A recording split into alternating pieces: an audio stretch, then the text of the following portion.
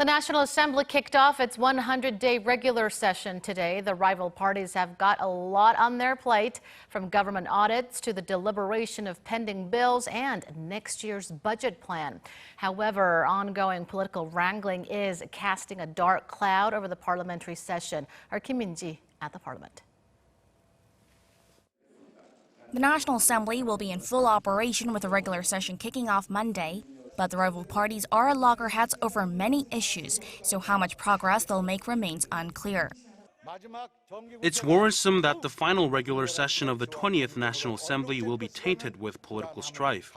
The presidential office, the parties, and the National Assembly should bear in mind that when they play their roles and move toward national unity, this can become the kind of country we want to live in. For now, the parties have agreed on a basic schedule for the 100-day session. First up will be policy speeches by the country's main political parties starting September 17th. That will be followed by a government interpellation session, and after that, the Parliament will carry out an audit of government ministries and their affiliated agencies.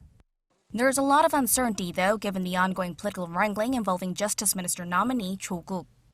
The hearing for the former senior presidential secretary was supposed to be on Monday and Tuesday, but it did not take place as rival parties were divided over the list of witnesses. In addition, Cho faces allegations involving his family about large investments in a private equity fund and his daughter receiving preferential academic treatment. Instead, the ruling party and Cho pushed ahead to hold a press conference where he could explain himself. On top of that, there are contentious reform bills that need to be dealt with, including one on election reform. Last week, a special parliamentary committee passed the bill that was put on fast track, despite objections from the main opposition party. The bill seeks to increase proportional representation, with parliamentary seats tied to the percentage of voters' support for parties.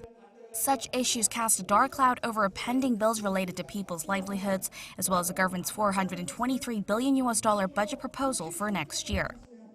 Working together hasn't been the rival party's strong suit, and this time that's likely to become more apparent. The regular session is expected to get off to a slow start until rival parties find common ground that suits their political interests. Kim Min-ji, Arirang News.